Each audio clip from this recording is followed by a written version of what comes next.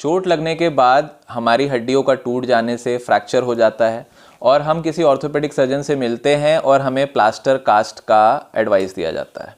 Plaster cast अमूमन 1 से 1.5 महीने तक हमारे हाथ या पैर में रहता है, जो कि एक ठीक ठाक लंबा स्पैन है और इसमें हमें कुछ ऐसे टिप्स या केयर की ज़रूरत है जिससे जो प्लास्टर हमारा जिसके लिए किया गया है वो रिजल्ट्स हमें मिल जाए। दोस्तों, मैं डॉक्टर प्रशांत त्रिपाठी प्रयागराज से। आज इस वीडियो में हम जानेंगे कि प्लास्टर होने के बाद हमें क्या केयर करना है और हमें क्या ऐसी चीज़ें नहीं करनी है जिसके हानिकारक परिणाम हमें मिल सके। तो दोस्तों, कोई भी प्लास्टर कैसे काम करता है? Basically as a orthopaedic surgeons हम आपकी हड्डी में खिंचाव दे करके, जो भी पार्ट में फ्रैक्चर है उसको, हड्डी यूजुअली एक के ऊपर एक चढ़ जाती है तो हम उसको खिंचाव दे करके अलाइन करते हैं। एक बारी वो अलाइन हो जाता है तो फिर हम उसी पोजीशन में उसको लॉक करने के लिए उसके ऊपर से प्लास्टर का सपोर्ट देते हैं।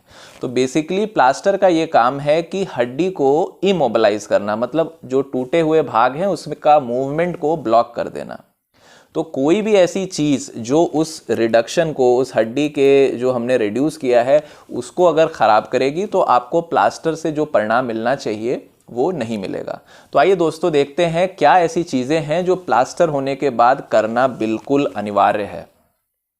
पहली चीज़ दोस्तों, जो भी प्लास्टर हम करते हैं हम ऐसा सोचते हैं कि प्लास्टर हुआ और वो तुरंत सेट हो गया और हम एकदम बेफिक्र हो जाते हैं। ऐसा नहीं है। प्लास्टर को पूरी तरह सेट होने के लिए 48 to 72 आवर्स तक भी लग जाते हैं, मतलब 2 से 3 दिन। तो ये एडवाइजेबल है कि शुरुआत के 2 या 3 दिन आप बिल्कुल रेस्ट करें और उस पर कोई भी प्रेशर ना दें। ये बहुत ज़रूरी है क्योंकि अगर आपके प्लास्टर सेट होने के समय उसमें कोई दिक्कत या परेशानी होती है तो फिर वो आपके रिडक्शन को अफेक्ट करेगा हड्डी के, और आपको जो परिणाम मिलना चाहिए वो नहीं मिलेगा। दूसरी इंपॉर्टेंट जो टिप है दोस्तों वो ये है कि जिस भी भाग में आपके प्लास्टर चढ़ा है उस भाग को आप एलिवेट रखें, ऊंचा रखें। वो कैसे कर सकते हैं? जैसे आप, अगर आपके पैर में फ्रैक्चर है तो आप 2 या 3 तकिया रख करके पैर को ऊंचा रख सकते हैं।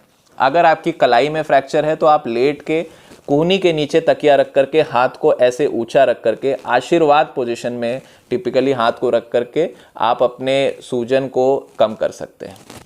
क्योंकि अगर आपके फ्रैक्चर में सूजन आती है तो जो हमने प्लास्टर में हड्डी को सेट किया है वो सूजन के कारण डिस्प्लेस या फिर हिल सकती है और वो आपके हड्डी को अच्छे से जुड़ने में नहीं देगा।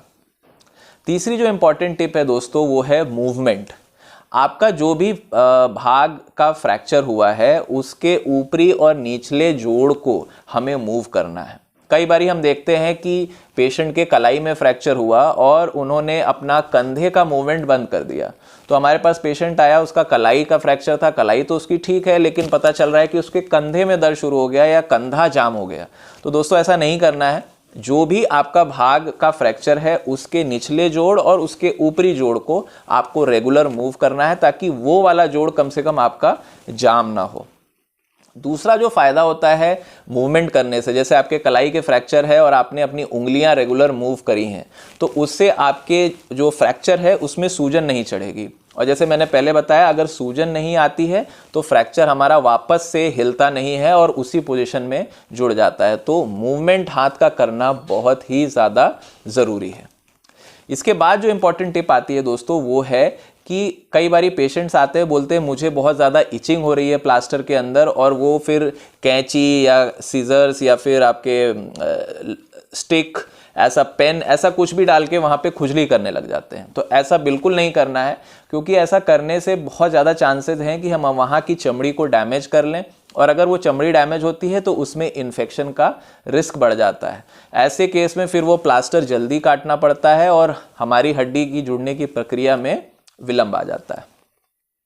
इसके बाद की इम्पॉर्टेंट टिप ये है कि हमें अपने प्लास्टर को मॉइस्चर से या फिर पानी से बिल्कुल बचाना है। आजकल ऐसे पॉलीथीन कवर्स आते हैं जिसको आप हाथ या पैर के ऊपर से पहन सकते हैं। उसके ऊपर एक रबर ट्यूबिंग होती है जो कि उसको लॉक कर लेती है, तो कोई भी मॉइस्चर या फिर पानी हमारे प्लास्टर के अंदर नहीं जाता है और इससे भी हमारा प्लास्टर प्रोटेक्टेड रहता है। इसके बाद की जो इम्पोर्टेंट टिप है दोस्तों वो है वॉकिंग। दोस्तों अगर आपके पैर में फ्रैक्चर हुआ है, अब वो पैर का फ्रैक्चर किस लोकेशन में है, जैसे अगर आपके एंकल में फ्रैक्चर है तो आपको ऑर्थोपेडिक सर्जन यूजुअली उस पर वजन देना अलाउ नहीं करेंगे और आपको क्रचेस के साथ वॉक करने के लिए बोलेंगे। वहीं अगर आपके पंजे में फ्रैक्चर है तो इसमें हम लोग कई बारी डिपेंडिंग ऑन दी फ्रैक्चर हम वेट बेयरिंग अलाउ कर देते हैं, हम वजन देना अलाउ कर देते हैं और उसमें आप पैर को रख करके एड़ी के बल चल सकते हैं।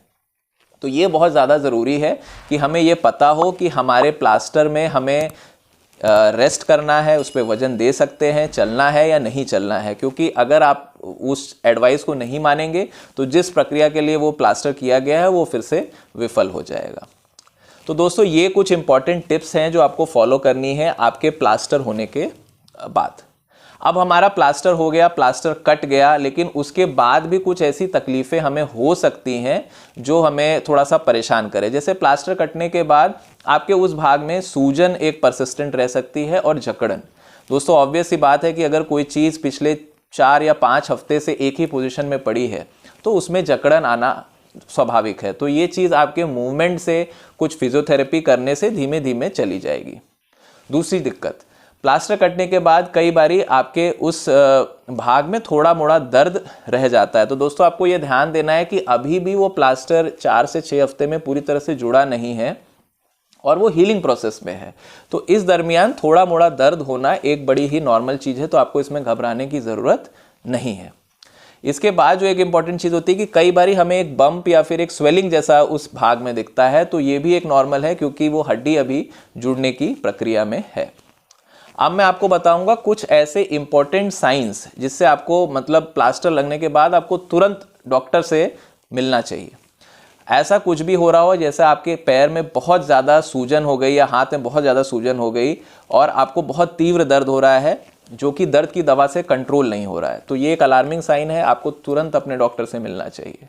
दूसरा, अगर आपके हाथ नीले या सफ़ेद पड़ रहे हैं, उंगलियों या फिर जो पैर में अगर प्लास्टर हुआ है तो जो लास्ट पार्ट है उंगलियों का वो अगर नीला या सफ़ेद हो रहा है, इसका ये अर्थ है कि वहाँ पर ब्लड सप्लाई प्रॉपर नहीं जा रहा, तो आपको तुरंत अपने डॉक्टर से मिलने की ज़रूरत है।